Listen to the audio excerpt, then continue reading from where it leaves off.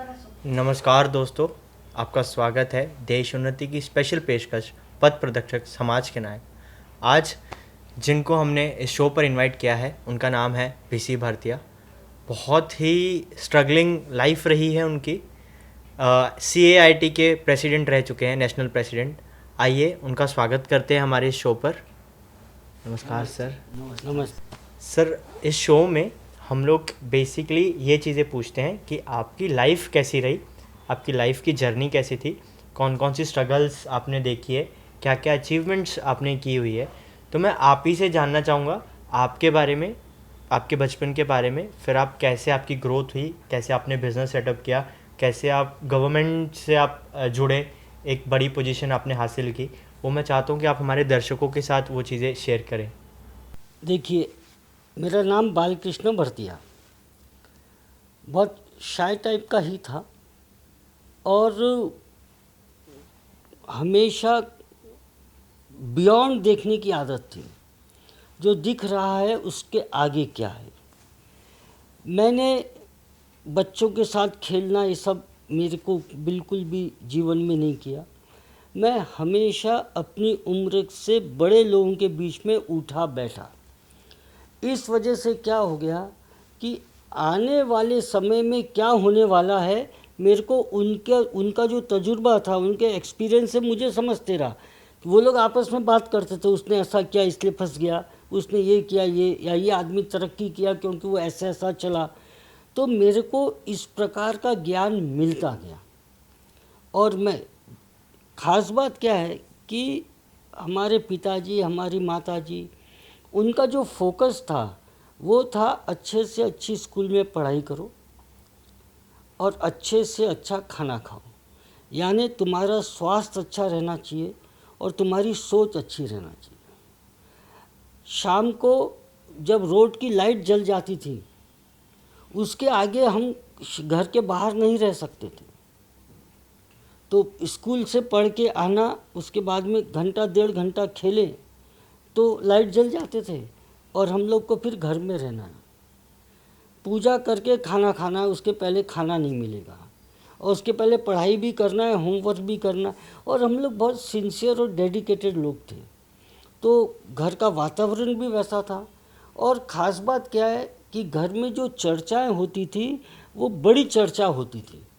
पैसा है या नहीं है का महत्व नहीं है, मगर बड़ा सोचो, बड़ा करना है, तू बहुत अच्छा है, तू और कर सकता है। तो ये पॉजिटिव वाइब्स जो है ये ही चलती रहती थी। तो हम कुछ नहीं होते हुए भी हमको लगता था हम बहुत बड़े हैं। अब मैं अगर जाके देखता हूँ मेरे पूरे पुराना समय, तो एक शेर जंगल का राजा क्यों है? न तो वो कोई बहुत शक्तिशाली है, न खूब वजन में है या खूब दिखने में भव्य, कुछ भी नहीं है, फिर भी वो राजा क्यों है? क्योंकि वो समझता है कि वो राजा है। ये कहानियाँ हमको बचपन में जब बुजुर्गों ने बताई तो समझ में आया कि अगर मैं अपने आप को राजा समझने लगूँगा और वैसी बातें करने लगूँगा तो मैं राजा बन जाऊँगा। मतलब आप जब किसी चीज़ को एक्सेप्ट करते हैं, नेचर को, और आप वैसा बिहेव एक्ट करने लगते हैं तो आप वो पाथ पे चलने लग जाते हैं। ओके सर, ये तो आपने बताया कि आपके घर का माहौल कैसा था, आपके घर की परिस्थितियाँ कैसी थी। देखिए, परिस्थितियाँ हमारे पिताजी दिल्ली से नागपुर आए थे मैग्नीस की माइंस वाइंस लेने के लिए, मैग्नीस एक्सपोर्ट करने के लिए। आज़ादी के बाद कानूनों में परिवर्तन आया, सारी माइंस सरकार ने ले ली, हमारे पास कुछ था नहीं। बहुत स्ट्रगल करना पड़ता था। पिताजी भी बहुत स्ट्रगल किए। बड़ा परिवार था, 8 भाइयों का परिवार था, यानी खर्चा बहुत था घर में। हमारी कभी कोई मांग नहीं रही क्योंकि घर में कुछ मांगने को था भी क्या। जो मिल गया उसी में सेल्फ कंटेंट रहे। और अच्छी स्कूल में पढ़ते हुए भी साधारण जीवन, मुश्किल से 2 कपड़े चप्पल, उससे ज़्यादा कुछ नहीं था, मगर मेहनत करते रहे। और ये था कि कुछ नहीं है और सब कुछ पाना है, क्योंकि लक्ष्य बड़े थे। तो अगर कुछ नहीं है और सब कुछ पाना है तो मेहनत करना है। और सर, इस मेहनत के सफ़र में कितनी बार हौसले टूटे हैं आप? देखिए, हौसले नहीं टूटे। मैं आपको एक छोटा किस्सा बताऊं। जब मैं सीए की पढ़ाई करता था, घर में ऊपर बैठ के कमरे में टूटा फूटा, घर की नौकरानी को ऐसा लगता था कि मैं सौतेला लड़का हूँ इस घर का। वो नीचे से सामान चोरी करके खाने का ला के देती थी, खा ले, नीचे सब लोग खा रहे हैं। यानी मैं अपने आप को आइसोलेशन में ले जाके पढ़ाई करना है और मेहनत करना है, कुछ बनना है। तो घर में अगर कोई खेल कूद भी हो रहा है, कुछ खाना वाना बन रहा है, पढ़ाई पढ़ाई और पढ़ाई। तो आप ये समझ सकते हैं कि जब घर की नौकरानी को ऐसा लगता है कि ये सौतेला होगा, यानी मैंने सारी चीज़ें सुख सब मैंने त्याग दिया और सिर्फ एक ही लक्ष्य रखा, पढ़ाई करके कुछ बनना है। जैसे सर आपने बताया कि आपने वो टाइम पे सारा सुख त्याग दिया, दोस्तों के साथ बैठना कम कर दिया, खेलना कम कर दिया, तो आज जब आप अपनी पुरानी लाइफ को देखते हैं तो आपको रिग्रेट होता है या गर्व महसूस होता है कि हाँ उस टाइम पे मैंने दोस्तों को अवॉइड किया या बचपन की यादें जो मुझे बनानी चाहिए थी, जो बच्चे बनाते हैं, वो मैं नहीं बना पाया हूँ, पर आज आप सक्सेसफुल हैं, तो वो एक रिग्रेट के तौर पे है या आप उसको सही मानते हैं आप? देखिए, रिग्रेट कुछ नहीं है। हमको ये देखना है मैंने क्या खोया क्या पाया, या क्या खोने से क्या पाया। कुछ भगवान ने ऐसा बनाया कि मेरे अंदर हमेशा जज्बा बना रहा।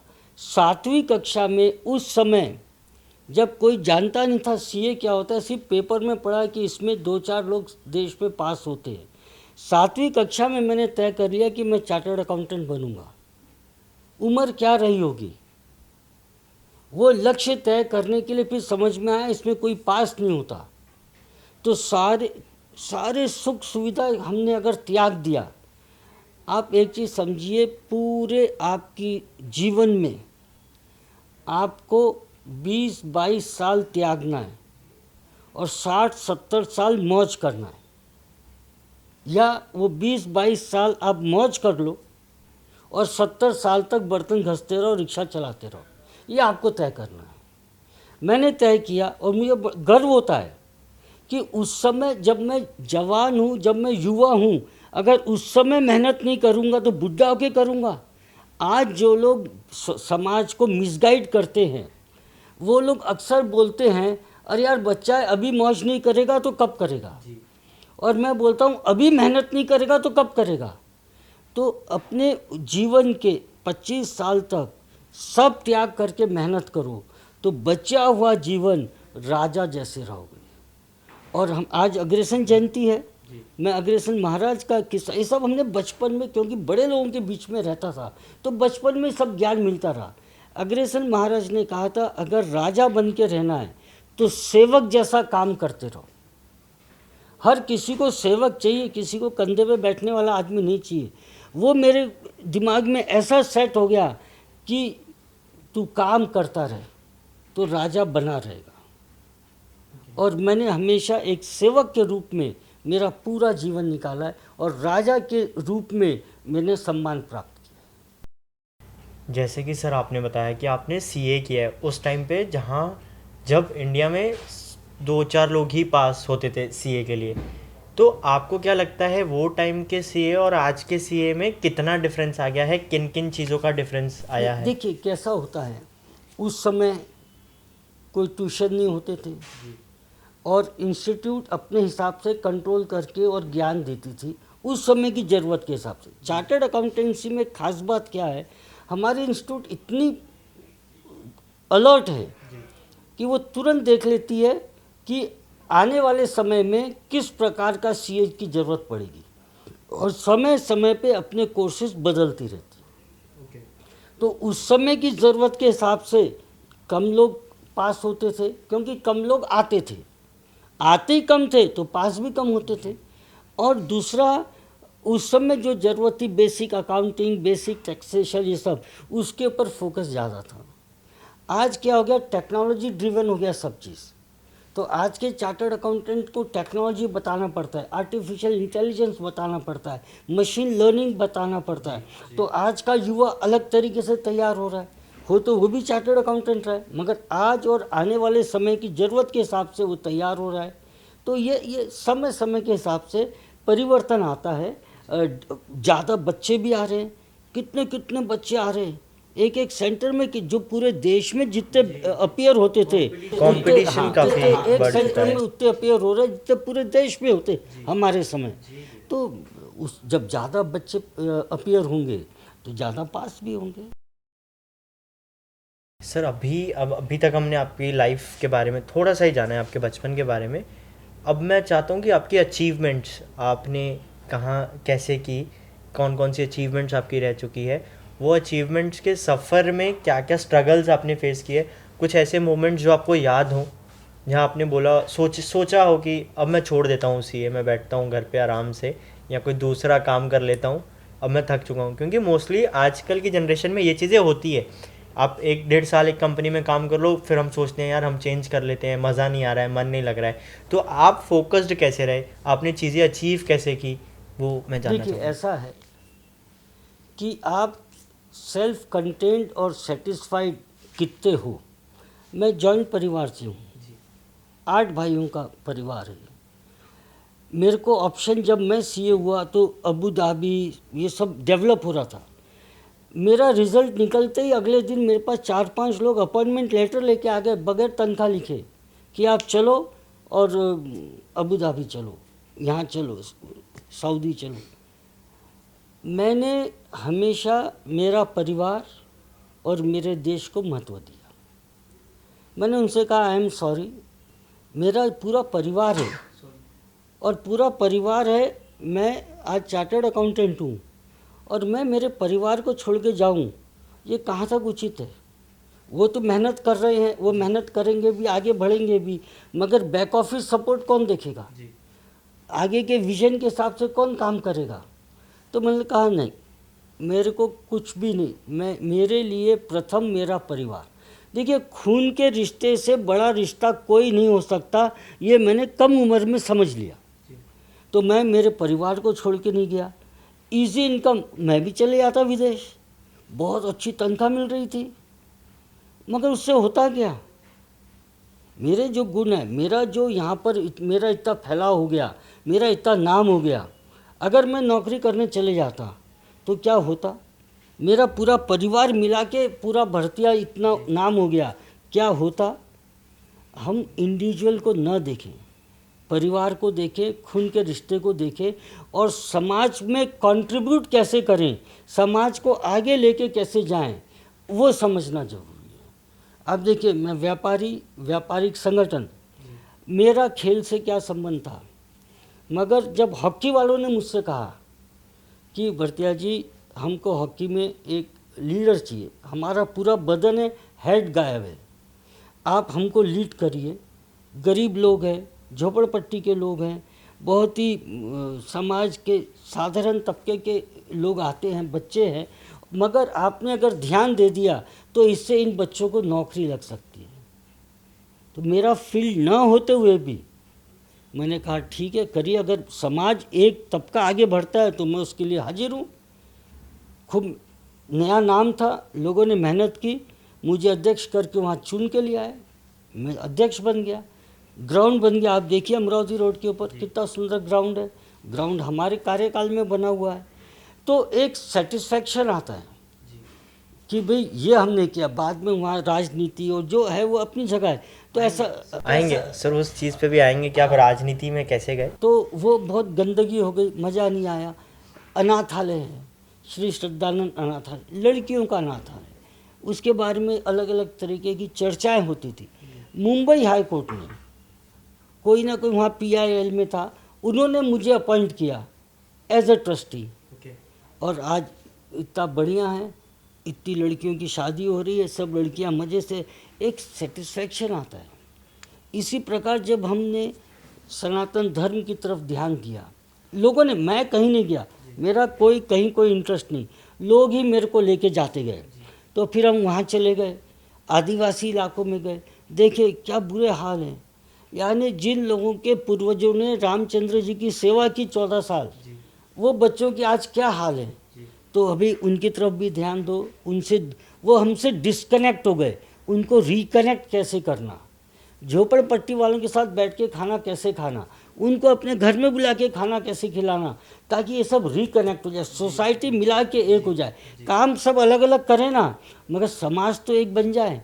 उसके लिए भी हम अलग काम कर रहे हैं, गौ माता के लिए अलग काम कर रहे हैं। मुझे बड़ी खुशी है कि महाराष्ट्र सरकार ने राजमाता का दर्जा दिया, क्योंकि मेरा ऐसा व्यक्तिगत मानना है कि गाय आधारित ग्रामीण अर्थव्यवस्था मजबूत अर्थव्यवस्था बन सकती है।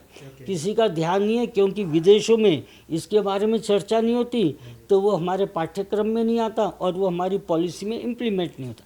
तो ये ऐसे अलग अलग तबके हैं जहाँ मैंने काम किया। अब देखिए, सामाजिक काम करते हैं तो बहुत बार आरोप भी लग जाते हैं, कई अपने दुश्मन पैदा हो जाते हैं।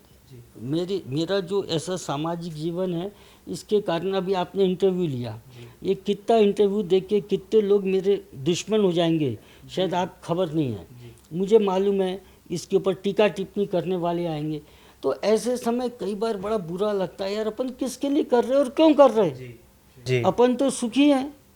फिर अंदर से आवाज आती है, समाज सुखी है क्या, तू सुखी है, समाज सुखी है क्या। तो फिर लगता नहीं। यानी मेरा ऐसा मानना है कि वो जो सबसे आखिरी घर है, जब उस घर में अगर दिया जल गया तो मेरी दिवाली हो गई। मैं ये मानने वाला आदमी हूँ। Nice nice nice sir. Sir बहुत ही अच्छे विचार हैं आपके। मैंने आपकी काफ़ी सारी वीडियोस देखी है, जिस तरह आपने पहले जीएसटी को एक्सेप्ट किया, फिर आप उसके अगेंस्ट में आपने बहुत ही डट के उस चीज़ का विरोध भी किया। ज़्यादा क्लिप देख नहीं पाया, समय कम था। मैं चाहता हूँ कि आप खुद ही उस पॉलिसीज़ के बारे में बताइए, ऐसी पॉलिसीज़ जो हमको हार्म कर रही है, जो आपके हिसाब से हटनी चाहिए, नई पॉलिसीज़ लागू होनी चाहिए, जो आज के बच्चे को चीज़ पता होनी चाहिए। अब मोस्टली मैंने जो चीज़ देखी है कि अगर मैं गांव साइड में जाता हूँ, तो अगर हम कुछ बोलते हैं गवर्नमेंट के बारे में, तो बोलते हैं हमको क्या फ़र्क पड़ता है, हम तो घर पे बैठे हैं। बट उनको नहीं पता कि इनडायरेक्ट टैक्स वो भी भर रहे हैं। हम तो गवर्नमेंट को कुछ देते नहीं, उनका मानना ऐसा है, बट इनडायरेक्ट टैक्स वो भी दे रहे हैं। तो ये चीज़, ये कैसे हम लोगों तक पहुंचा पाए कि आपका भी समर्थन है गवर्नमेंट को। देखिए, आपने बहुत अच्छा प्रश्न किया, बहुत ही सुंदर बात है, और इसका खुलासा सब समाज में होना चाहिए। एक ये जो कॉरपोरेट जगत के लोग हैं, और ये लोग टीवी पे ज़्यादा आते हैं, और ये एक इन्होंने ऐसा माहौल बना दिया कि मुट्ठी भर लोग टैक्स देते हैं। ऐसा माहौल बना दिया कि मुट्ठी भर लोग टैक्स देते हैं और इतने लोग एंजॉय करते हैं, तो एक बोझा किस पे आएगा। ये बात से मैं सहमत नहीं हूँ कि मुट्ठी भर लोग टैक्स देते हैं, बिल्कुल सहमत नहीं हूँ। डायरेक्ट टैक्स और इनडायरेक्ट टैक्स दो प्रकार के टैक्स होते हैं, और दोनों टैक्स का करीब करीब बराबर योगदान रहता है। एक भिखारी भी अगर चाय पीता है तो उसके ऊपर जीएसटी लग गया, और कोई कॉरपोरेट जगत का आदमी जीएसटी नहीं देता। वो हमसे लेके जब सरकार के पास जमा कराते, उनके प्रॉफिट एंड लॉस अकाउंट में जीएसटी डेबिट नहीं होता। वो इनकम टैक्स देते हैं, जीएसटी हम दे रहे हैं। हम कमाते हैं तो इनकम टैक्स देते हैं, खर्च करते हैं तो जीएसटी देते हैं। ये कॉरपोरेट जगत वाले सिर्फ कमाई पे टैक्स देते हैं, खर्चे पे कोई टैक्स नहीं है। ये सब बकवास बातें हैं, ये चीज़ हमको समझना है। क्योंकि वो जीएसटी इनडायरेक्ट टैक्स है, वो लोग हमसे वसूल कर रहे हैं अपनी माल की कीमत में जोड़ के, और वो जो रॉ मटेरियल खरीदते उसके ऊपर जो जीएसटी देखते उसका इनपुट क्रेडिट ले लेते, उनके ऊपर बोझा नहीं आता। तो हर आदमी, एक बच्चा पैदा होता है और नर्स जब उसके बदन से रुई से खून साफ करती है, वो रुई के ऊपर भी जीएसटी लगा। क्या बात करते हैं ये लोग। हाँ, देश में एक भी आदमी ऐसा नहीं है जो टैक्स नहीं देता। मैंने आपको बताया ना, पैदा हुआ और नर्स ने जो उसके रुई से साफ किया, तो रुई के ऊपर भी जीएसटी लग गया। उसको जो दूध पिलाया पाउडर का, उसके ऊपर भी जीएसटी लग गया। क्या बात है सर। तो इन सब चीज़ों का सॉल्यूशन क्या है? क्योंकि जीएसटी, मैंने आपकी वीडियो देखी, आपने बहुत एक्सेप्ट किया था जीएसटी। जो पुराने टैक्स थे उससे बहुत तकलीफ थी। एक्साइज ड्यूटी लग रहा है, एक्साइज ड्यूटी के ऊपर वैट लग रहा है, वैट के ऊपर हमारा ये लग रहा है, क्या बोलते हैं, वैट के ऊपर ऑक्ट्राय लग रहा है। हर प्रकार के टैक्स लग रहे हैं। कैसा होगा? हर प्रकार के टैक्स लग रहे थे, इतने कंप्लायंस थे। तो ये सारे टैक्स हटा के, क्योंकि हमारे यहाँ 3 टायर एडमिनिस्ट्रेशन है, सेंट्रल गवर्नमेंट, स्टेट गवर्नमेंट और लोकल बॉडी, सब टैक्स लगा रहे और एक के ऊपर एक टैक्स लग रहा है। ये सब हटाना बहुत ज़रूरी था। ऑक्ट्रा के ऊपर लाइन लगी हुई है, भ्रष्टाचार का अड्डा हो गया, ऐसा उस समय भी मानना था। तो ये सारे टैक्सों को मिला के एक टैक्स लग जाए, जीएसटी। हमने बिल्कुल एग्री किया, it is a very good concept. और जो अरुण जेटली साहब के ज़माने में जब बताया गया था कि जीएसटी कैसा लगेगा, बहुत ही सिंपल तरीके से था, कुछ नहीं करना था हमको, सिर्फ हर व्यक्ति को अपने सेल्स का डिटेल देना था, परचेस का सरकार बना देगी, ठीक है, इतना सरल बताया गया था, हमने स्वागत किया। मगर जब उसका इम्प्लीमेंटेशन आया, उसका सॉफ्टवेयर आया, उसके रूल्स आए।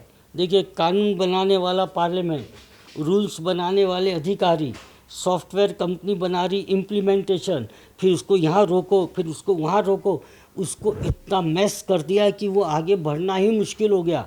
जुलाई का रिटर्न भरना, मेरे को टैक्स भरना है जुलाई का, अगस्त में मैं रिटर्न नहीं भर पा रहा हूँ। आनंद फानंद में फिर नया फॉर्म 3 भी लिया है कि ये भर के करो, अरे ये भर के करो, ऐसे कर करके करवाया। और 5 साल के बाद वो पुराने सब गड़े मुर्दे उखाड़े, ये नहीं मिल रहा, वो नहीं मिल रहा, वो नहीं मिल रहा, इतनी पेनल्टी, इतने करोड़ की पेनल्टी, इतने 100 रुपये रोज़ की पेनल्टी। ये सब क्या कर दिया? तुमको टैक्स लेना है कि ब्याज और पेनल्टी लेना है?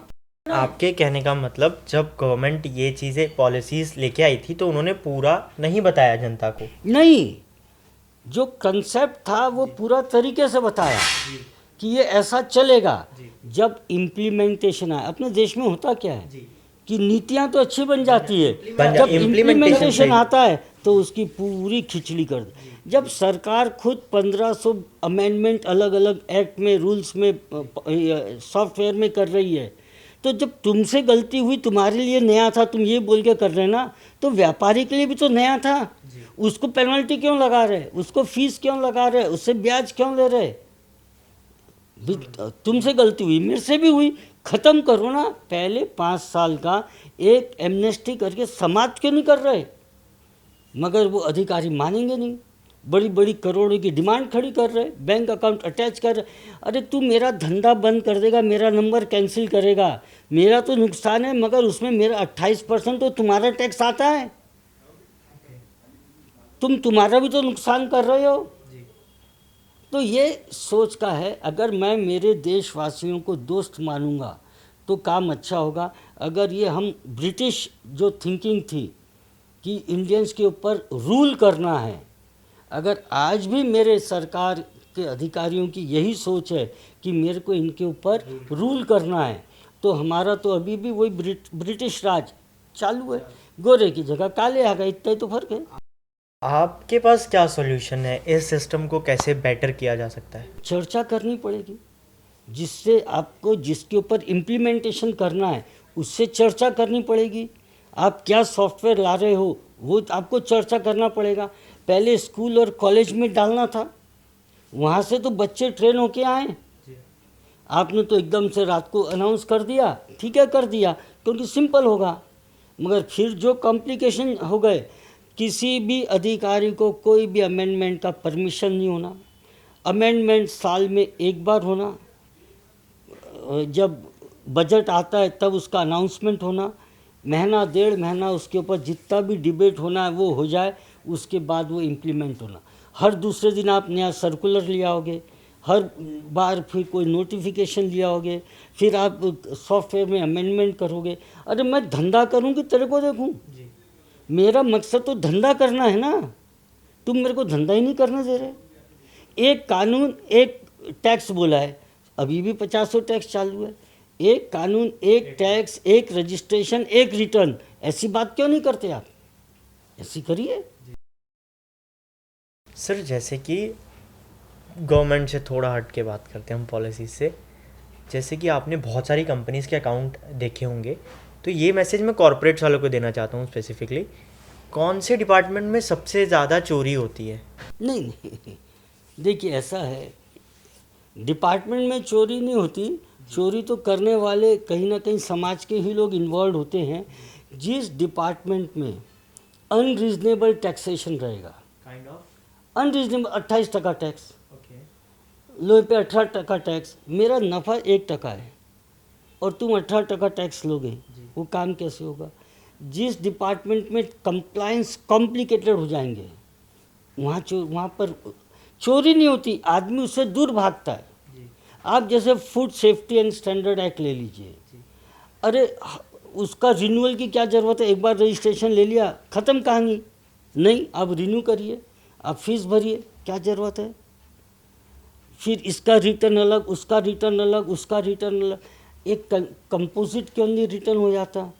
तो हमें ये एड्रेस करना पड़ेगा, जहाँ पर return, compliance, rate of tax, inspector का विजिट ज़्यादा होगा, आदमी वो डिपार्टमेंट से त्रस्त हो जाए।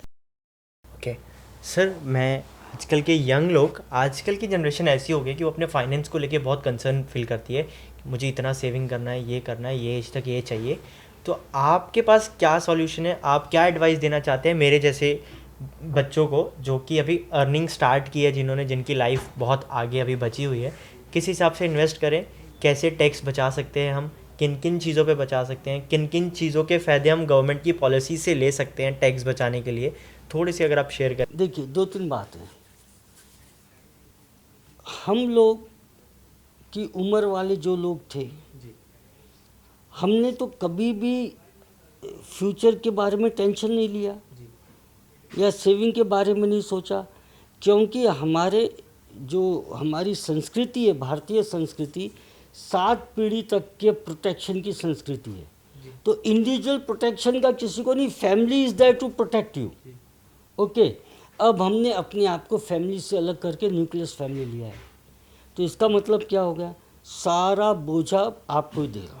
मैं एक छोटा एग्जांपल देता हूँ। अगर आप एक फ्लैट स्कीम में रहते हो, तो पानी की मोटर काम कर रही है कि नहीं कर रही है, पार्किंग क्या है, ये सब वो पार्क स्कीम वाले देखते, जो भी प्रेसिडेंट सेक्रेटरी होगा। मगर आप बंगले में रहते हो, तो पानी की मोटर ख़राब हो गई तो आप ही देखो, घास उग गई तो आप ही देखो, सिक्योरिटी आप ही देखो। ये आज का यूथ में थोड़ा सा फ़र्क ये आ रहा है। एग्रेसिव अच्छी बात है, कोई गलत नहीं है, मगर he is moving towards independence, क्योंकि लड़कियां भी एजुकेटेड है, तो हस्बैंड वाइफ दोनों हैं, तो they are moving more towards independence rather than depending more on house. एक यहाँ तक कि वो किसी को पेरेंट्स होना ही नहीं, एक तो ये। दूसरा, कंफर्ट जोन, उनको वो अपने कंफर्ट में रहना चाहते, इसलिए वो ऐसा कोई काम नहीं करना चाहते जहाँ की प्रेशर आए दिमाग को, तो व्यापार करना नहीं चाहते, कंफर्ट जोन में रहना। भले नौकरी कर रहा हूँ, मगर महीना ख़त्म हो गया, मेरे बैंक अकाउंट में पैसा आया, आई एम हैप्पी। तीसरा एंड मोर इम्पॉर्टेंट, मैं सारे यूथ को एक ही बात बोलता हूँ, have you done financial planning of your life? कैसे करें? है ना? जी। कभी आपने सोचा नहीं? अभी मैंने बोला, आपने सोचा तो इमीडिएट रिएक्शन आया, कैसे करें? तो ये एक बहुत इम्पॉर्टेंट जो हर यूथ के साथ बैठ के हमको करना है। यूथ बैठे, हस्बैंड वाइफ बैठे, हर एक आदमी मरेगा ना, तो कोई ना कोई समय तो तय करना पड़ेगा। समझो, मैं सबको बोलता हूँ, यू डिसाइड कि भाई 85 की उम्र तक अगर मैं जी लिया तो I am a happy man. तो अभी ये अगर 2024 है और मेरी आज की एज क्या है, फिर मैं 85 तक का 25, 26, 27 लिखे चले जाऊँ। What are my expenses, annual expenses based on today's price? But वो तो ईयर ऑन ईयर चेंज होते रहेंगे। तनख्वाह भी बढ़ती रहेगी, इनकम भी बढ़ती रहेगी, इसलिए मैं बोल रहा बेस्ड ऑन प्रेजेंट प्राइस। फिर मेरे कब कब मेजर खर्चे आने वाले, अगर मेरी शादी नहीं हुई तो 2 साल बाद शादी होगी क्या, तो वहाँ मैं खर्चे का प्रोविज़न करूँ। फिर शादी के 3 साल में एक बच्चा हो जाएगा, तो वहाँ मैं प्रोविज़न करूँ। फिर 5 साल में दूसरा बच्चा हो जाएगा, प्लानिंग तो करनी पड़ेगी ना, तो वहाँ मैं प्रोविज़न करूँ। अब ये 3 साल का बच्चा 4 साल के बाद, यानी जब वो 4 साल का होगा तो स्कूल में जाएगा, वहाँ मेरे खर्चे बढ़ जाएंगे। फिर जो मेरा सेकंड बच्चा है वो उसके बाद में जाएगा, फिर वो 12वीं कब पास करेगा, तब मेरा मेजर खर्चा आएगा। फिर वो आगे प्रोफेशनल्स में जाएगा। तब तक मैं अगर 50 का हो गया तो 50 के बाद I should make provision for my medical, क्योंकि 50-55 के बाद आता है। तो have I done that planning? ऐसे आपको प्लानिंग करना है जब तक आपके बच्चे की शादी नहीं हो जाती। फिर इस बीच मैं 5 साल में एक बार विदेश जाऊंगा या 3 साल में एक बार विदेश जाऊंगा। हर साल इंडिया में डोमेस्टिक टूरिज़्म करूंगा। ऐसी प्लानिंग करते जाएंगे ना बॉस, तो मेरे पास आएगा कि what are my total expenditure and what is my income, whether I am short of money और नॉट। शुरू में सरप्लस पैसा रहेगा, लेटर स्टेज में पैसा कम होने लगेगा। तो ये जो सरप्लस पैसा मैं कहाँ इन्वेस्ट करूँ कि जिस साल में कम हो रहा है वहाँ मेरे को रिटर्न्स अच्छे आ जाए। ग्रेट। समझे ना? तो ये ऐसी प्लानिंग जब यूथ करेगा ना, तो हमने जब लोगों से बात किया है तो हमने ये भी देखा है कि जब शॉर्ट आता है तो आदमी औरत को बोलता है यार तू खर्चे मत किया कर, ये जो तू इतना करती है इसके कारण अपने को शॉर्टेज होती है। और औरत भी पलट के आदमी को बोलते कि तू सिगरेट पीना बंद कर दे, तू दारू पीना बंद कर दे, ये पैसे बच जाएंगे तो अपन फॉरेन विजिट भी कर सकेंगे। इसमें क्वालिटी ऑफ लाइफ भी अच्छी हो रही और दोनों का इंटरेक्शन होने से प्यार मोहब्बत भी बन रहा है और उन्होंने प्लान कर लिया कि जीवन कैसे निकलेगा। ये चीज़ सिखाना ज़रूरी है आज के यूथ को। ग्रेट। सो बहुत बहुत ही नॉलेजेबल सेशन था ये। वक्त की थोड़ी सी कमी है, यहीं पे वाइंड अप करते हैं ये शो को। बहुत अच्छा लगा। कभी और टाइम रहा आपके पास तो थोड़ा और डीप में जाके ये चीज़ें समझेंगे। बहुत ही नॉलेजेबल चीज़ थी जीएसटी के बारे में, प्रॉपर प्लान कैसे बनाना है। हौसले से ज़्यादा ज़रूरी है आपका फोकस रहना कोई चीज़ को लेके, तभी आप अचीवमेंट कर पाएंगे। बहुत ही नॉलेजेबल सेशन था। बहुत बहुत थैंक यू आपका हमारे शो पे आने। आप सबका भी स्वागत है।